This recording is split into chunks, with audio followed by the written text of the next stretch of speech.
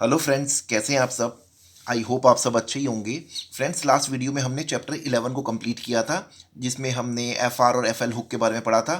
आज हम चैप्टर 12 को करेंगे, स्टार्ट करेंगे। इसमें हम एन हुक के बारे में पढ़ेंगे। तो चलिए स्टार्ट करते हैं।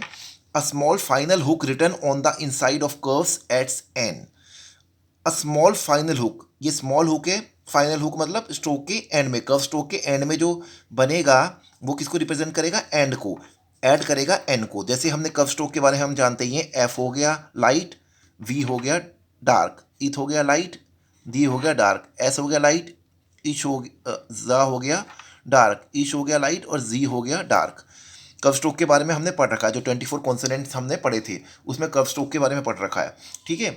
अब इसकी स्टार्टिंग में अगर हम स्मॉल हुक लगाएंगे तो आर को रिप्रेजेंट करेगा, एफ आर हो जाएगा, वी आर हो जाएगा, इथार हो जाएगा। ये लाइट है, ये डार्क है, ये लाइट है, डार्क है। जैसा हमने कॉन्सोनेंट में पढ़ रखा है, ये लाइट है, ये डार्क है।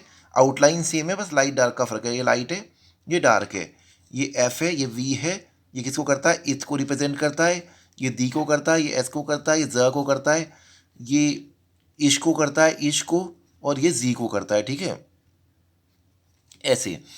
तो ये जो हमने कर्व स्ट्रोक 24 कॉन्सेंट्स पढ़े हैं उसमें हमें ये पता है कर्व स्ट्रोक है। कर्व स्ट्रोक के इनिशियल स्मॉल हिक अगर इनिशियल में शुरुआत में लगाएंगे तो वो एफ आर को रिप्रेजेंट करेगा, वी आर, इथ आर, दी आर। सही है। और अगर एंड में लगाएंगे तो एन को रिप्रेजेंट करेगा। अगर स्मॉल की जगह लार्ज लूप बनाएंगे तो एफ एल को रिप्रेजेंट करेगा। वो भी हम पढ़ चुके हैं लास्ट एक्सरसाइज में। तो इसमें आज जो हमें पढ़ना है एन हुक। एन हुक क्या है? कर्व स्ट्रोक के एंड में। सही है। जो फाइनल हुक बोलेंगे जिसको, एंड में जो हुक लगेगा वो किसको रिप्रेजेंट करेगा? एन को। ऐड करेगा एन को। जैसे हमें लिखना है फाइन। डिप्थोंग आई का साउंड है, फर्स्ट प्लेस में बनेगा फाइन। ठीक है, फाइन। और ये एंड में स्मॉल हुक लगाएंगे वो एन को रिप्रेजेंट, फाइन हो गया। फोन करना है हमें तो ऑन द लाइन बनाएंगे। ऑफेन करना है तो फर्स्ट प्लेस वॉवल है, ऑफेन हो गया। इवन करना है तो ईवन, लॉन्ग ई का साउंड है, थर्ड प्लेस वॉवल है ईवन। सेवन करना है हमें, सेवन, तो कैसे करेंगे? सेवन, शॉर्ट ई का साउंड है इसलिए ऑन द लाइन बनेगा, सेवन हो गया। देन करना है हमें टी एच ए एन वाला, तो देन हो जाएगा, शॉर्ट ए का साउंड है।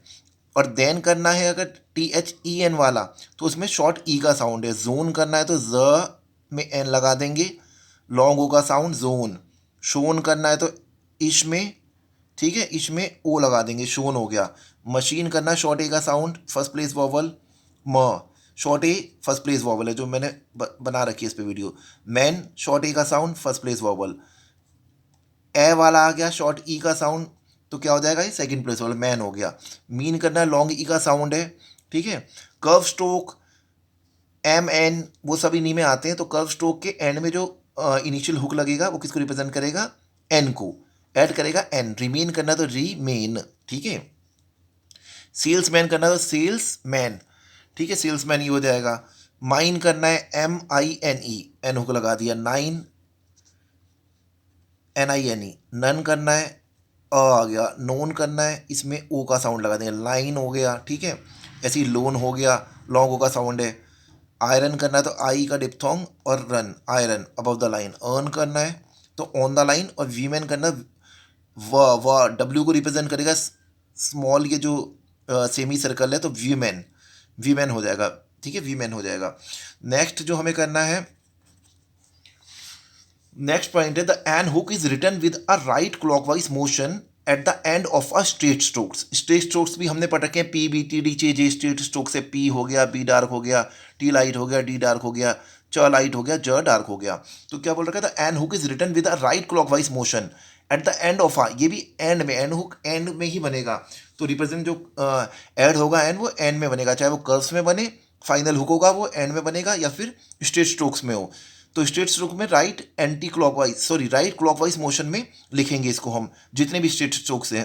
तो वो ऐड करेगा एन को। जैसे पेन है, राइट क्लॉकवाइज मोशन मतलब क्लॉक ऐसे चलती है, जैसे ये है, क्लॉकवाइज मोशन ये होता है, और एंटी क्लॉकवाइज मोशन ये होता है। तो क्लॉकवाइज मोशन में राइट स्ट्रेट स्ट्रोक्स के राइट क्लॉकवाइज मोशन में हम इसको बनाएंगे। जैसे पेन लिखना है हमें, स्ट्रेट स्ट्रोक हो गया पहला जो हमारा है pen.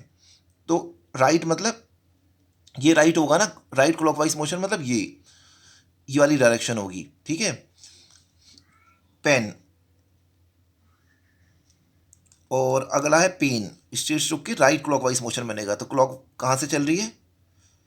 The N hook is written with a right motion, clockwise में राइट कैसे रहेगा, क्लॉकवाइज मोशन याद रख लो, या फिर at the end of a all straight stroke, pen, ठीक है, राइट में होगा। ओपन, ओपन हो गया, ओ पेन, ठीक है।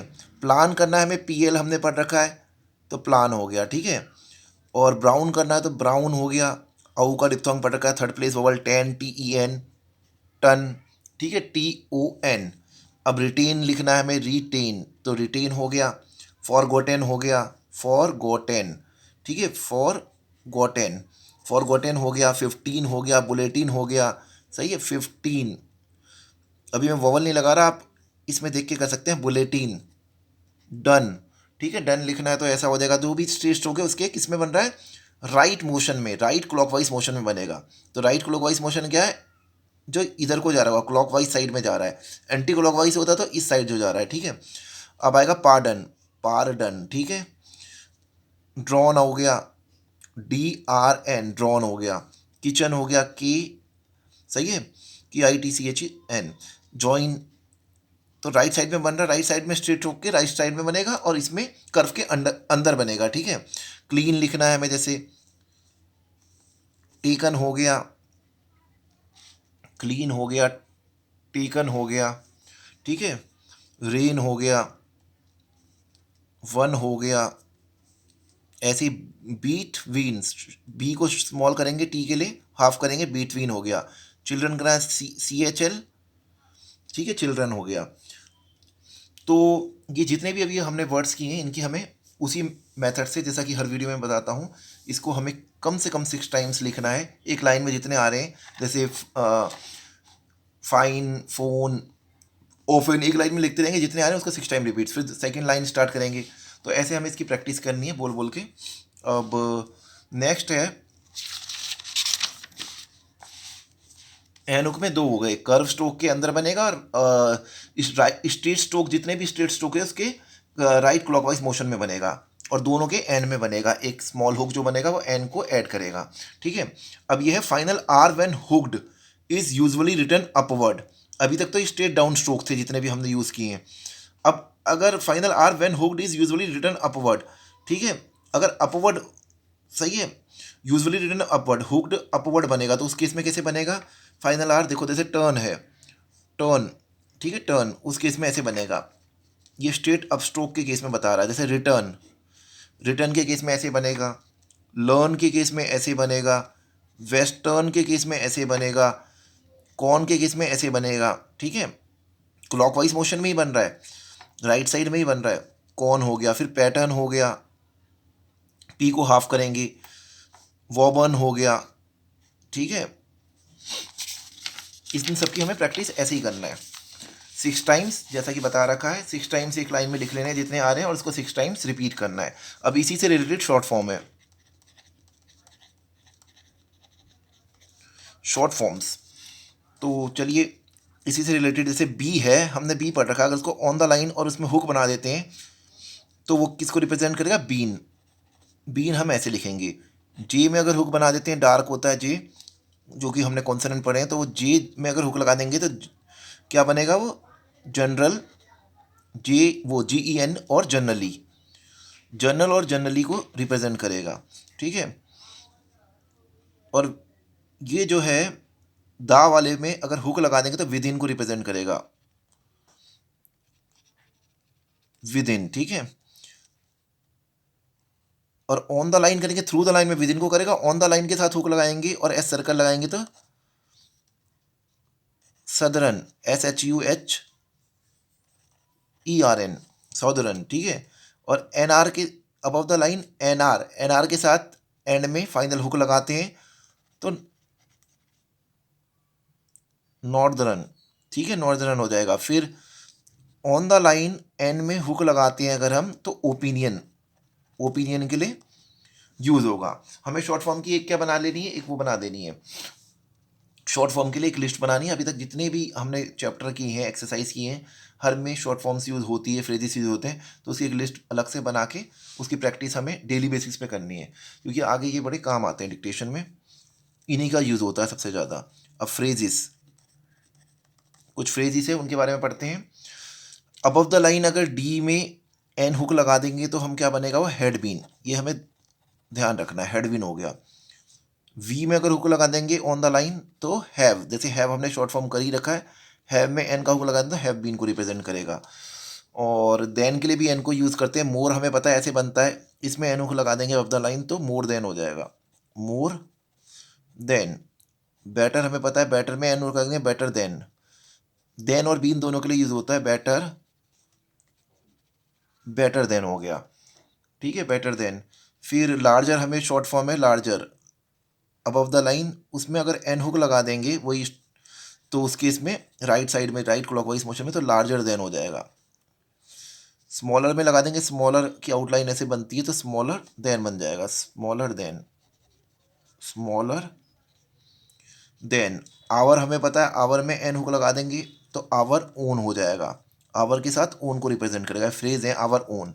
अब देयर ओन करना है तो देयर हमें आता है, देयर में एन हुक लगा देंगे तो देयर ओन, सही है, THEIR ON, देयर ओन बन जाएगा। नाउ गोइंग हमें लिखना आता है, गोइंग ऐसा उसमें ही लगा देंगे तो गोइंग ऑन, गोइंग ऑन, ठीक है, गोइंग के साथ कर देंगे गोइंग ऑन हो जाएगा। नाउ कैरिड ऑन, कैरिड हमें पता है ऐसे लिखते हैं, उसमें एन हुक लगा देंगे तो कैरिड ऑन को रिप्रेजेंट करेगा वो, ये फ्रेज है कैरिड ऑन जो कि काफ़ी यूज़ होता है, कैरिड ऑन, ठीक है। अब इसी से रिलेटेड एक्सरसाइज 83 और 84 को हम करेंगे, जो अभी हमने एन हुक के बारे में पढ़ा है उसी से रिलेटेड एक्सरसाइज 83 एंड 84 है। एक्सरसाइज 83 को हमें पहले क्या करना है, 10 टाइम्स लाउडली रीड करना है, 10 टाइम्स क्या करना है,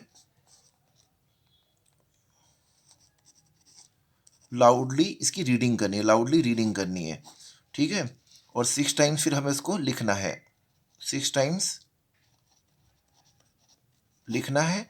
फिर अगेन 6 टाइम्स क्या है, अगेन 6 टाइम्स हमें उसको क्या करना है, रीड करना है, रीड करना है लाउडली, जिससे अपनी शॉर्ट हैंड की आउटलाइन से हम फैमिलियर हो जाएं। जो भी हम शॉर्ट हैंड लिख रहे हैं उससे भी हमें फैमिलियर होना है, क्योंकि कल को एग्जाम में हमें उसको ट्रांसक्राइब भी करना है, तो अपनी शॉर्ट हैंड को देख के ही ट्रांसक्राइब करना होता है जो हम लिखते हैं। तो चलिए स्टार्ट करते हैं। मैं पहला और लास्ट पॉइंट बता दूंगा, उसके बाद का आपको खुद करना है, ठीक है। एक्सरसाइज 83 का बताता हूँ पहले। एक्सरसाइज 83 में क्या है, पहला है dear sirs, I believe that the addressing machine shown on page 22 of your monthly bulletin would be suitable, सही है, would be suitable for my use, and if it is satisfactory I am purchase one, full stop. I should be glad if you would have one of your salesmen, सही है, if you would have one of your salesmen call at my office to tell me more about the machine, ठीक है, tell me more about the machine, please ask him to phone before he comes so that I may be, सही है, I may be ready for him, yours truly। तो ये पहला sentence हो गया। ऐसे ही आपको हर सेंटेंस का 10 टाइम्स लाउडली रीडिंग, फिर 6 टाइम्स लिखना है, फिर अगेन 6 टाइम्स अपने लिखे को लाउडली रीड करना है। तो लास्ट पॉइंट भी मैं बता देता हूँ। लास्ट पॉइंट है,